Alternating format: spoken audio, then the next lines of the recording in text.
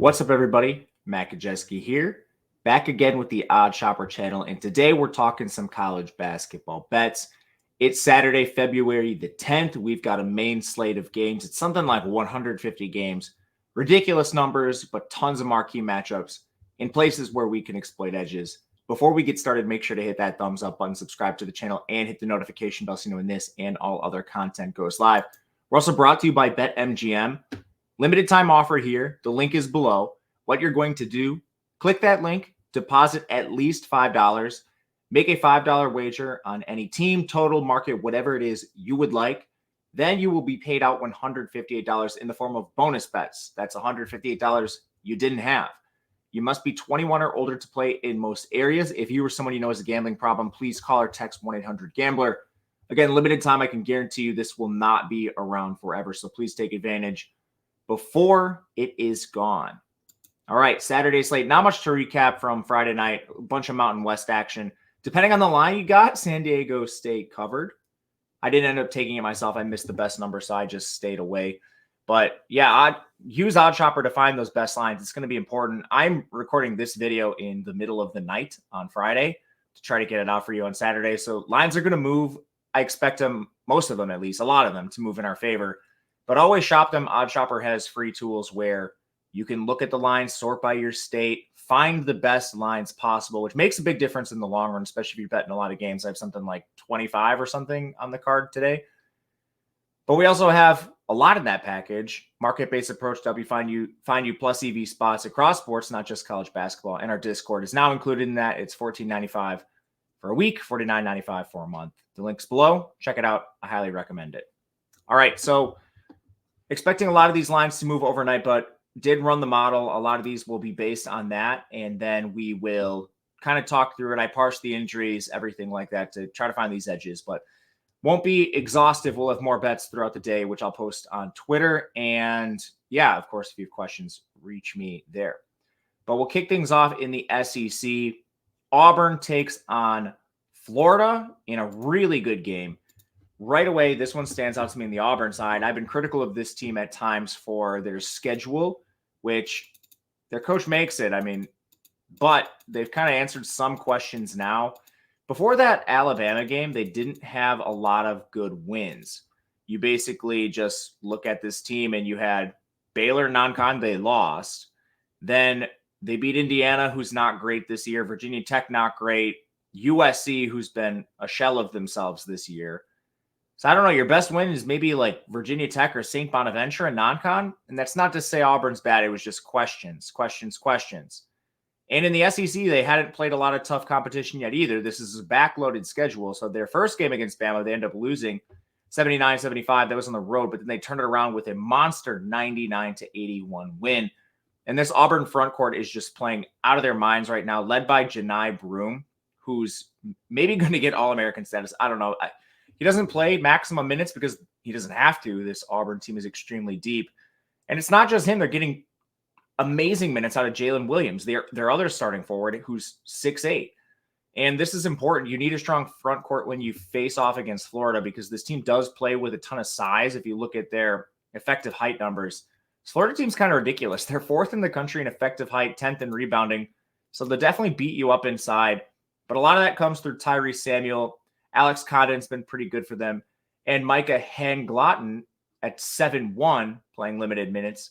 So it's not just they have, 7-footer, 6'11" guy and Samuel at 6'10", but they have the three options. And Auburn being so deep in that front court does neutralize them, not to mention Auburn's defense is just unbelievably good. 5th in the country in overall defensive efficiency. Biggest thing, number 1 in interior defense, number 1 overall. So Florida can't beat you on the inside, at least not as easily.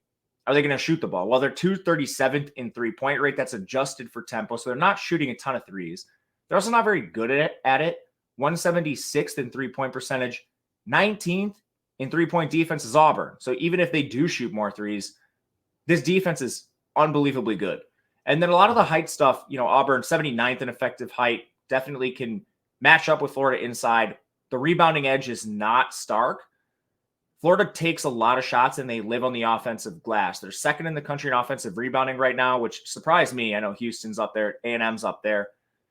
But the rebounding on Auburn's side, I think, does neutralize this. And then there's a few other little edges that point Auburn's direction. Sometimes this Florida team can get careless with the ball. They're 159th in turnovers committed, which is not ideal. They'll usually play Walter Clayton at the point, but sometimes Zion Pullen. But this Auburn defense is going to be creating havoc in turnovers like they always do. Top 60 in the country in turnovers forced. As far as the foul margin stuff goes, Auburn can get into foul trouble, but their rotation is so deep at this point. I'm not even really sure it matters. Unless it's like Janai Broom or somebody. Like even their bench guys, Dylan Cardwell, 6'11", Chady Johnson, 6'7", and they're not asking, Chad Baker Mararza is 6'7". They're not asking those players for a lot of minutes, but they can rotate on and off the field if there is foul trouble, on and off the court, excuse me. You know what I mean? Like this three-point shooting for Auburn is a lot better than I expected this year. Jalen Williams at 40%. Chad Baker Mazara at 39%. Trey Donaldson over 40%. This is a complete team, and once they started stacking some of these wins, you know, getting that Alabama win, who's a top 10 team in the country against Ken Pom, really stood out to me. I'm surprised this is at 1.5. I would make this closer to 3 myself, giving us some value on the Auburn side. And just kind of for housekeeping, I started with some of the bigger games, and we're going to move towards the grease at the end of the show. But we'll talk like 10 or 12 just to give you sort of where we're headed. But Auburn will be first. All right, let's move to our second game. Remaining in the SEC, Alabama takes on LSU. This one, it's 2 teams from a game I bet previously this week and lost.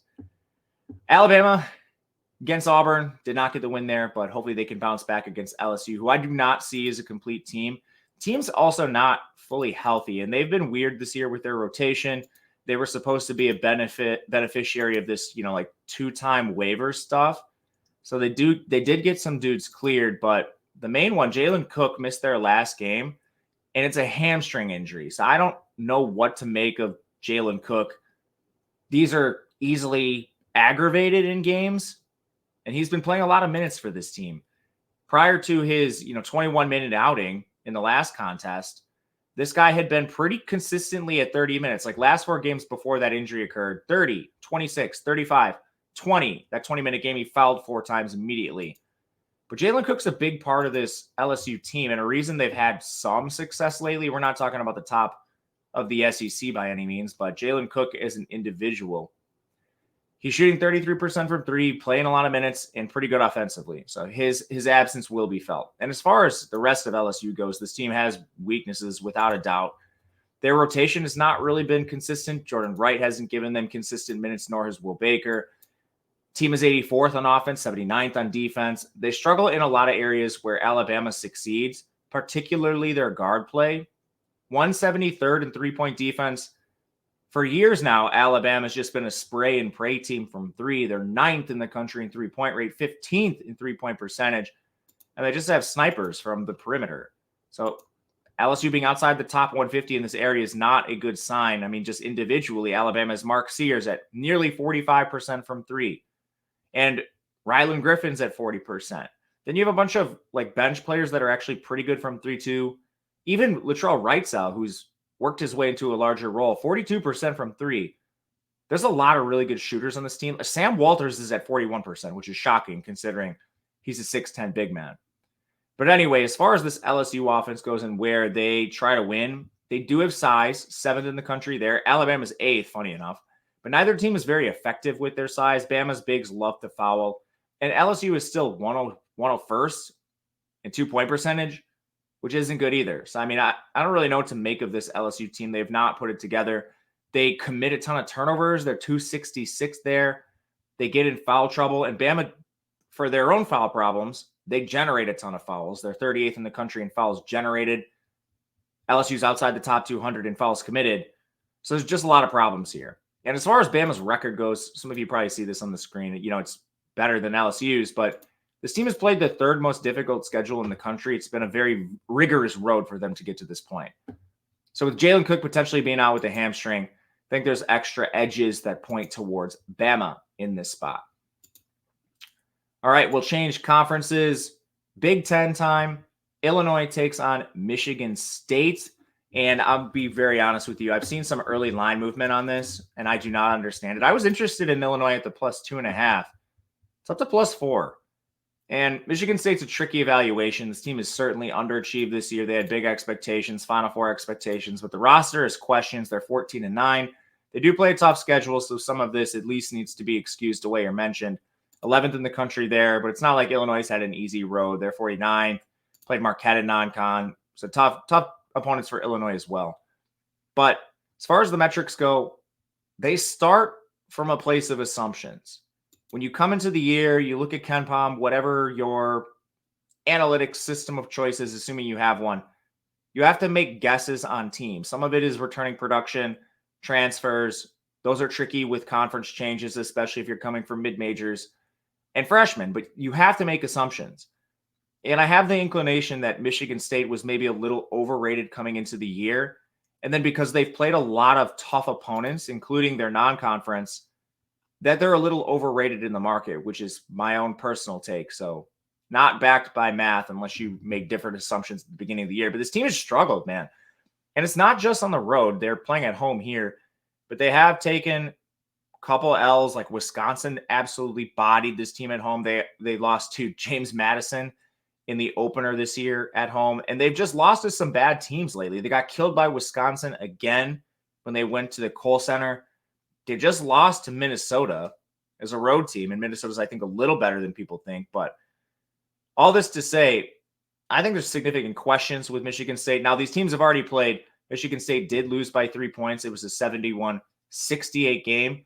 That game, Illinois did not have Terrence Shannon, who's back in the fold, and I think one of the best players in the country when he's fully right. That's to be debated at this point. But as far as stylistics go for Illinois versus Michigan State, Illinois has a significant edge on offense, and I think it's kind of across the board. They're 116th in height, Michigan State 105th. Their big men are not very good, especially like Sissoko on the inside. Malik Hall's always a question whether he's going to give you full effort and actually play his full game. But Illinois can certainly beat you in there with Coleman Hawkins. Shannon's excellent at getting to the basket, and Michigan State has had trouble defending guards at times. This team is also not the best shooting team, and for whatever reason, they're 311th in three-point rate. They don't score a lot inside, or at least that's where they would be weak on paper, and they're better at shooting threes. Their three-point percentage is 43rd in the country. But this 311 three-point rate is just not justifiable to me if you're the Spartans, and probably one of the reasons why they're losing.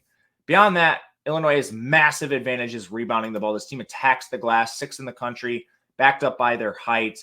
They do generate fouls. Michigan State can get in trouble in that regard. Michigan State does not actually defensively rebound that well. They're 189th, and Illinois is 14th at attacking the glass, getting those second possessions via offensive rebounds.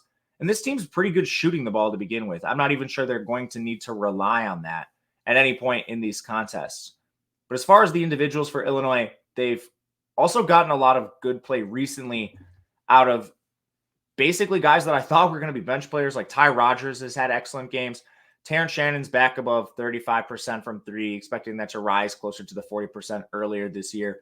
Goody gives him good numbers from three. Coleman Hawkins is actually shooting 39%, which is a bit of a surprise considering he's a 6'10" stretch forward. And then Damask, one of the best offensive creators in this conference. So to me, I don't even really understand why Michigan State's favored at this point, unless you're still using your preseason assumptions that this team is one of the better teams in the country. And I'm just not sure we can say that at this point. So we'll take a road team. We will take Illinois. Moving to the Big East, Providence takes on Butler. Kind of a tricky game here. Two bubble teams that maybe are moving away from the bubble at this point. But I've been very critical of Providence. They just got an enormous win last time out against Creighton, which was a very, very frustrating game to watch. Creighton had, these weren't even like forced turnovers. I don't even know what to say about Creighton just at times handing the ball to this Providence team. And then aside from that, both these teams shot the lights out, and Creighton brought it to overtime, ended up losing, but that's not this game. In this contest, we have Providence facing Butler, who I think is a very underrated team at this point. These guys already played. It was back in December, the day before Christmas Eve. It was an overtime game, but somehow Providence ended up with a 10-point victory. But Butler's played a lot better of late, and I think this team is actually a buy low and probably the more likely team to make the tournament. But as far as what Butler does, They have 4 studs they use: Jameel Telford, Pierre Brooks, Posh Alexander, DJ Davis. A couple of these guys are elite shooters. Pierre Brooks, 42% from 3. DJ Davis gotten way better, 36%. Telford's okay at 32, and then you're not going to use Posh as a shooter. He's your point guard. So they're a pretty decent shooting team, and this Providence team has had tons of trouble scoring. They had the excellent performance against Creighton, but outside of that, they're still 140th in offensive efficiency. They're 108th in effective field goal percentage. They score a lot inside. Their shooting's not the best. They're 255th in three-point defense. And where Butler is weak is probably the interior, but their players, Andre Screen and Jalen Thomas, have gotten better throughout the year. Screen at 7'1", Thomas at 6'10", actually giving them pretty decent minutes on the interior of late, especially defensively. And then on the Butler side, this team is very good shooting, 98th in three-point percentage. We mentioned some of their individual statistics. Providence is outside the top 100 in three-point defense. There's also Butler never really turns the ball over on offense. Posh is an excellent point guard for what he lacks in shooting. So that's something you can hang your hat on as well here. Honestly, I think Providence is a pretty decent team.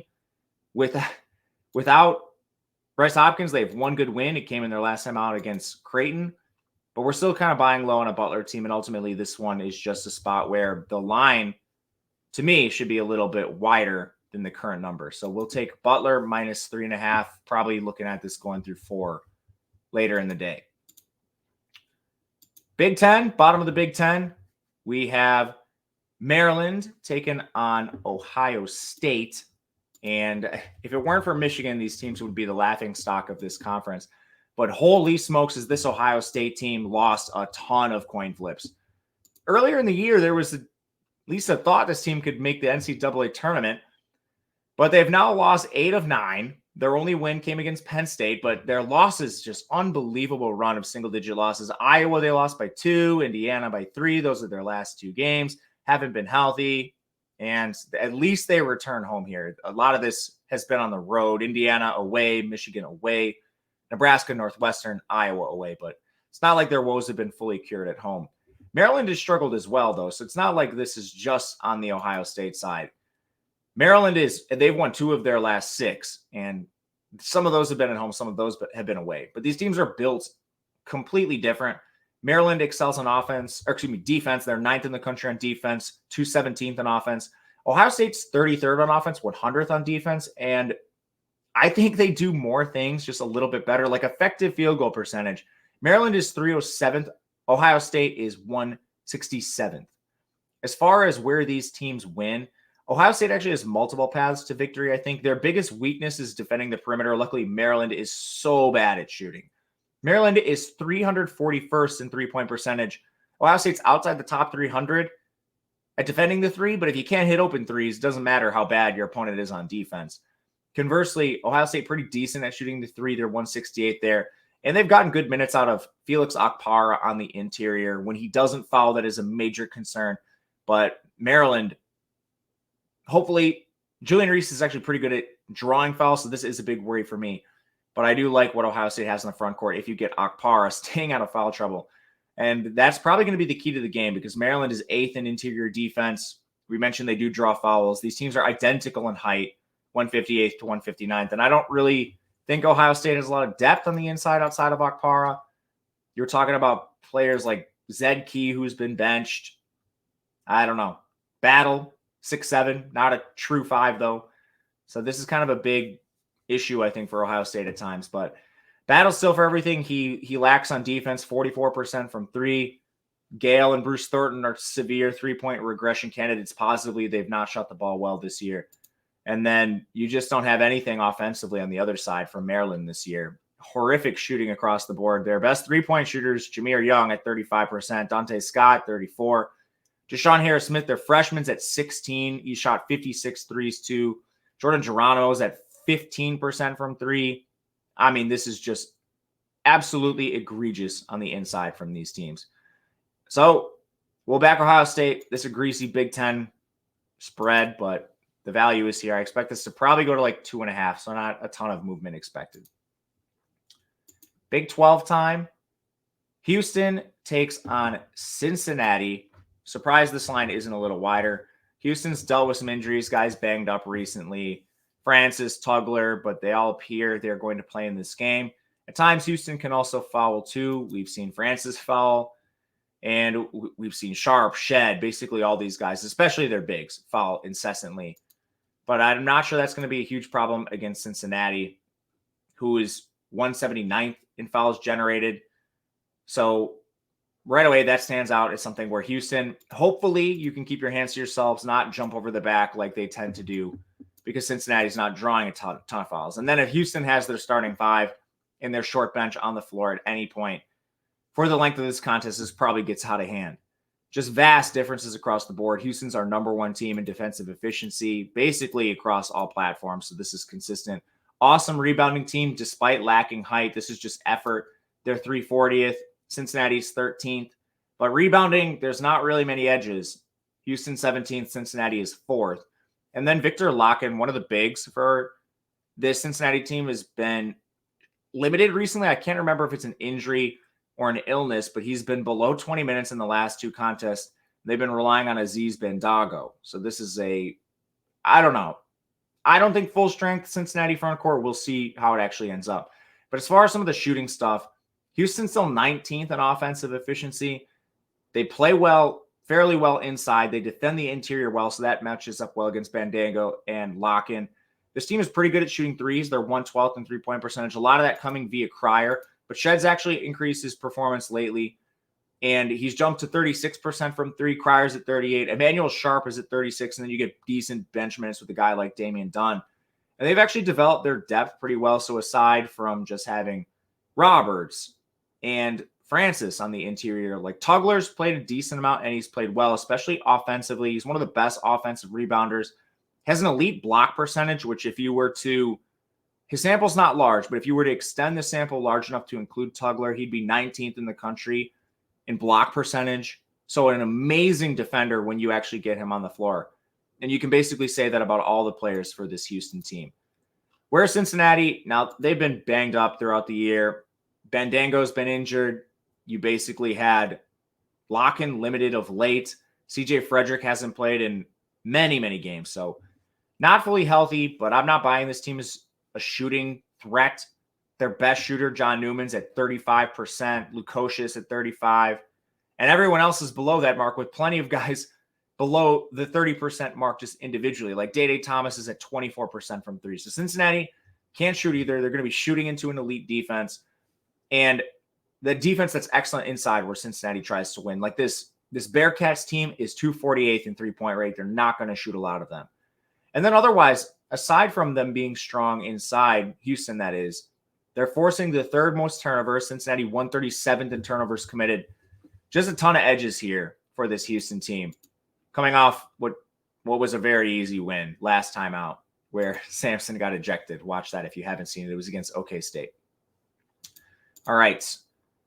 Back to the Big East. St. John's takes on Marquette. I'll be at this game. Should be fun. It's National Marquette Day. Have fun for those of you that celebrate. It's basically like Marquette's version of homecoming because they don't have football. But they're 6.5. This is probably going to move. I won't lie. So if you're watching this in the morning, don't be surprised if you see like a 7.5. But my model makes this around 8, 8.5. So hopefully you can still mine some value. Marquette has been banged up all year. It's been ridiculous. They've been able to get to where they are. Sean Jones tore his ACL. They had Chase Ross out for weeks. Cam Jones missed time with an injury. He's back now. And the other thing is Marquette's been off for a week. So Cam Jones only played 21 minutes in their last contest. Somehow the dude like flamethrowed for 31 points, and he's an excellent shooter. But now the rest, I think, behooves Marquette. And as far as like motivation stuff goes, coming off the long rest period, again, this is Marquette's biggest home game of the year as far as just hype in the city with it being like their version of homecoming. So this roster, you do have great shooters. Joplin's at 41%, and then Kolek and Cam Jones are hovering around 40% themselves from three. On the inside, you got 6'11" Oso Ighodaro, who's one of the best big men in the pick and roll in the country. And then you have St. John's on the other side, who's been up and down all year. They're pretty good on defense. I question the interior. Soriano's amazing around the basket, but Marquette's going to move him away. And then this team has not been great at defending the three. 79th there. Marquette is 53rd in three-point rate. And we've talked about Marquette a lot. We've finally seen some of this 3-point regression. There was a point this year where this team was outside the top 250 in 3-point percentage. They've jumped all the way back up to 163. This team was a top 100 unit last year with the same exact player personnel, with the exception of Omax Prosper, who's in the NBA, and he doesn't shoot threes anyway. So all this suits Marquette. Outside of that, rebounding, this is a bit of an issue if you want to call it that. St. John's 41, Marquette 222. Marquette's 28th in effective height. St. John's is 14th or 114th.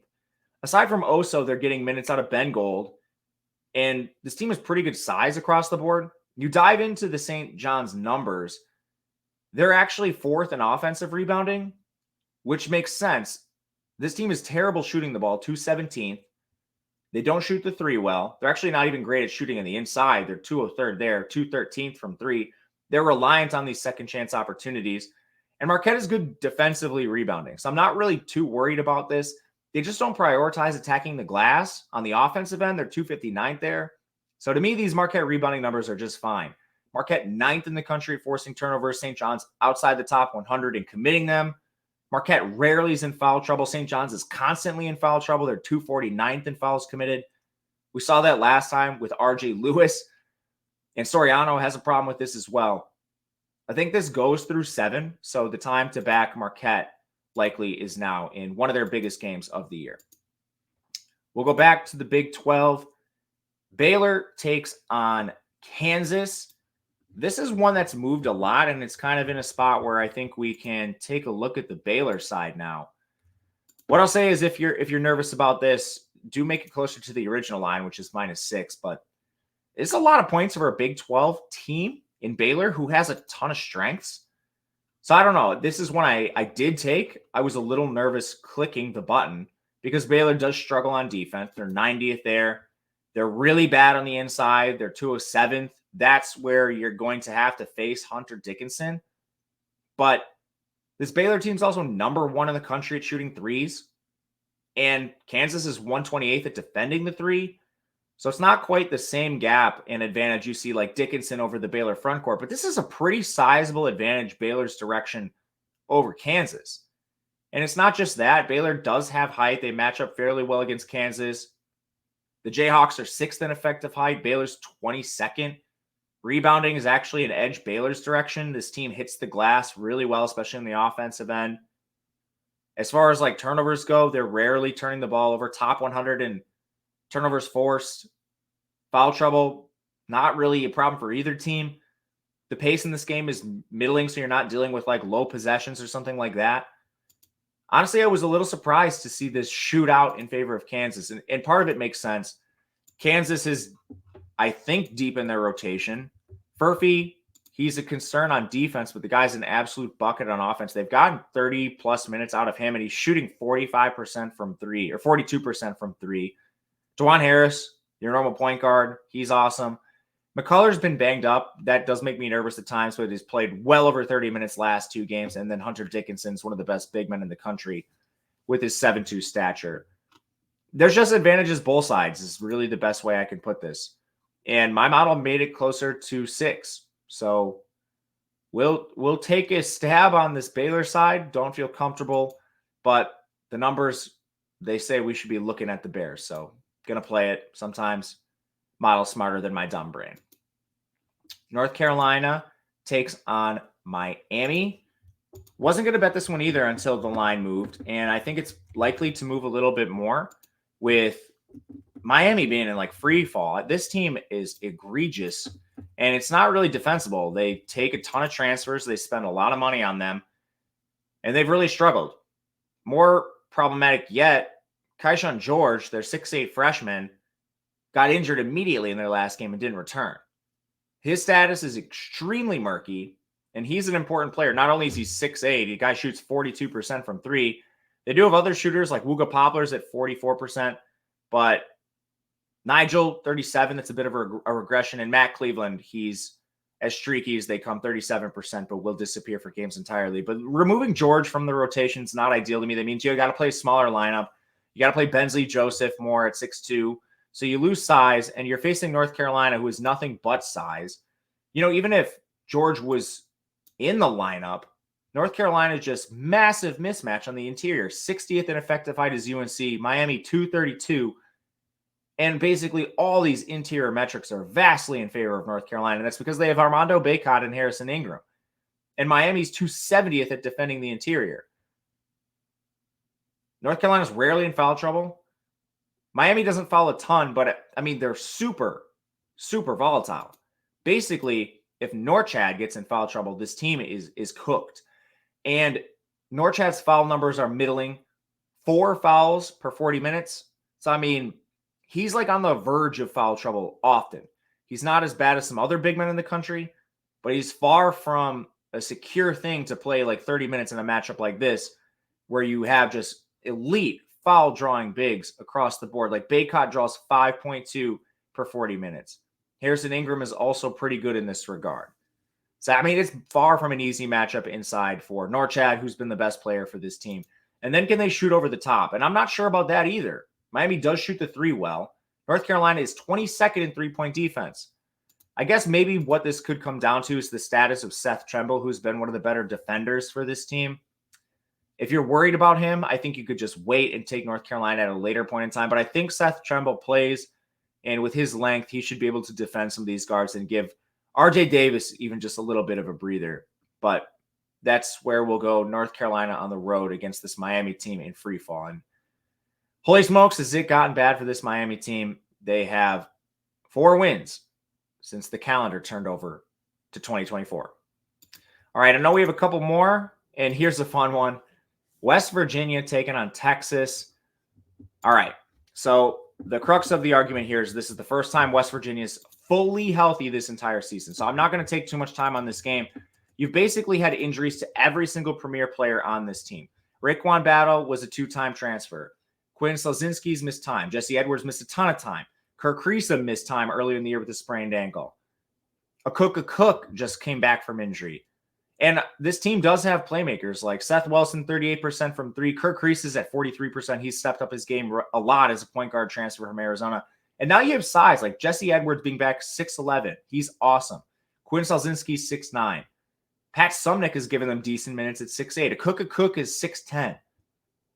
We don't know what this West Virginia team looks like with everything put together. We do know what Texas looks like. They're pretty good. Limitations. They've had to change their rotation a bit. Chendo Weaver's playing a ton for this team right now. They just haven't gotten the minutes they thought they would out of Ithiel Horton. They're good shooting the ball, but that basically comes from one player, Max Asmus. Their interior is awesome. Dylan Mitchell's a really athletic defender. He has a ton of size. But Dylan Disu's a major foul liability. And now that you have all those big men back for West Virginia, this could be a major issue. And the best matchup that you exploit if you're Texas is the inside. And I don't even know if this is exploitable anymore. 302nd in interior defense is West Virginia. I don't even know how we look at this number considering all the injuries they had. I would guess they're better, but we just flat out don't know. You're getting double digits here, which is enough for me to take a stab on with West Virginia. I realize the number's now not appearing on the screen. The number that I took was plus 12. So sorry about that. Not sure why that didn't pop up, but plus 12 was the number. Pac-12, Arizona State takes on Utah. This is one I just expect to move in Utah's favor. Arizona State doesn't do a lot of things well. They're a weird team. They press a ton, but Utah's pretty secure with their ball carriers. They don't, or their ball handlers, I should say. I got football on my mind, I guess. They don't turn the ball over a ton, and Utah has massive advantages, particularly inside. 5th in effective height, Arizona State is 100th. Shooting, Arizona State is 290th. Utah is 41st. Arizona State wins with this havoc-creating defense. They cannot score unless they're generating turnovers, scoring in transition. They're 324th in three-point percentage, 238th on the inside. Utah with Carlson is much different, and Smith, they've both been awesome. 64th on the interior scoring, 41st from 3, and they'll just have massive advantages here across the board. Second chance opportunities will be there. 91st in total rebounding. Arizona State does not do that well. And then turnover margin, I don't think this is going to be a problem with the secure ball handlers on the Utah side. So we'll take that. I think this moves through 12 if you want to take it now. All right, we're to the greasy section. We're doing 2 games, and then I'm going to rapid fire the other ones that are left. Green Bay takes on Youngstown State. If you haven't been watching Green Bay, this team is a covering machine in the horizon. They were the worst team in the country last year, right up with it. New coach, Sundance, awesome. Sundance Wicks, I believe his name is. Guy's done an incredible job with the Phoenix, facing Youngstown State. So right away, all the metrics basically favor Youngstown State, but this is a point spread, and how many points is the right amount? Effective field goal percentage, Green Bay is actually better than Youngstown, despite being worse in overall offensive efficiency. A lot of that comes from stuff like rebounding. So just pure shooting, Green Bay 56th in an effective field goal, Youngstown 156th. Interior scoring percentage, 36 is Green Bay, Youngstown 111th. From three, 116th Green Bay, 213th for Youngstown. Green Bay shoots 1,000,000 threes. So they'll be seating height, yes, 325 to 157. Rebounding is actually not as bad as you would think, 130 to 58. But this team is efficient. They're not wasting possessions. And that's huge in a game like this when you're getting a lot of points. Green Bay also plays really slow, 351 in tempo. So you're looking at teams reducing possessions, making the value of the point exceedingly important in games like this. Green Bay fits that mold. This is coming down under 10. I don't see any other way. That's definitely not going to move in Youngstown's favor. So time to take it is now. I would take this through 8. Last one we'll talk about in depth. Another little mini wagon on this show. Tennessee Martin takes on Western Illinois. We've been back in Western Illinois a lot. And in this game, love just looking at player personnel. You have significant advantages for this Western Illinois team. Tennessee Martin has one player in the top 20. It's Jordan Sears. He's very good. He's number 5. But this Western Illinois team has the number 2 player, Drew Cisse, number 11, and J.J. Calicon, 17, Josiah West, 23, Ryan Myers. A lot of really good players in this Ohio Valley Conference on Western Illinois. And they defend extremely well. They defend the area of the court that Tennessee Martin excels in too. This is not a team that scores inside, 252. But from 3, they're 93rd in three-point percentage. Well, these guards on Western Illinois, 24th in defending the 3. Excellent numbers here. And this Western Illinois team is another team that attacks the glass really well. 9th in the country in offensive rebounding, 16th in total rebounding. This is enough for me in this spot. We're going back to Western Illinois -1. Again, I think this one moves, so try to get this as soon as you can. A couple of random throwaways that I took in the extra section. I did take Idaho State -3, Wofford -5.5, Ball State +3.5, Chattanooga, UNC Greensboro under 144.5, William and Mary Delaware under 144.5, George Mason Davidson under 143.5, Richmond -9 against LaSalle, Stony Brook -3.5 against Campbell, Indiana State -6 against Missouri State, Iona -3.5, Monmouth +3.5, Columbia +5. And that is it. Appreciate you guys very much. Leave a comment. Let me know what you think. Reach out on Twitter. It's the best place to reach me if you have questions, comments, whatever. If you want to know a spread to a game, my model will give you where it thinks value is. Maybe there's value, maybe there's not. But ask me. I'm happy to talk.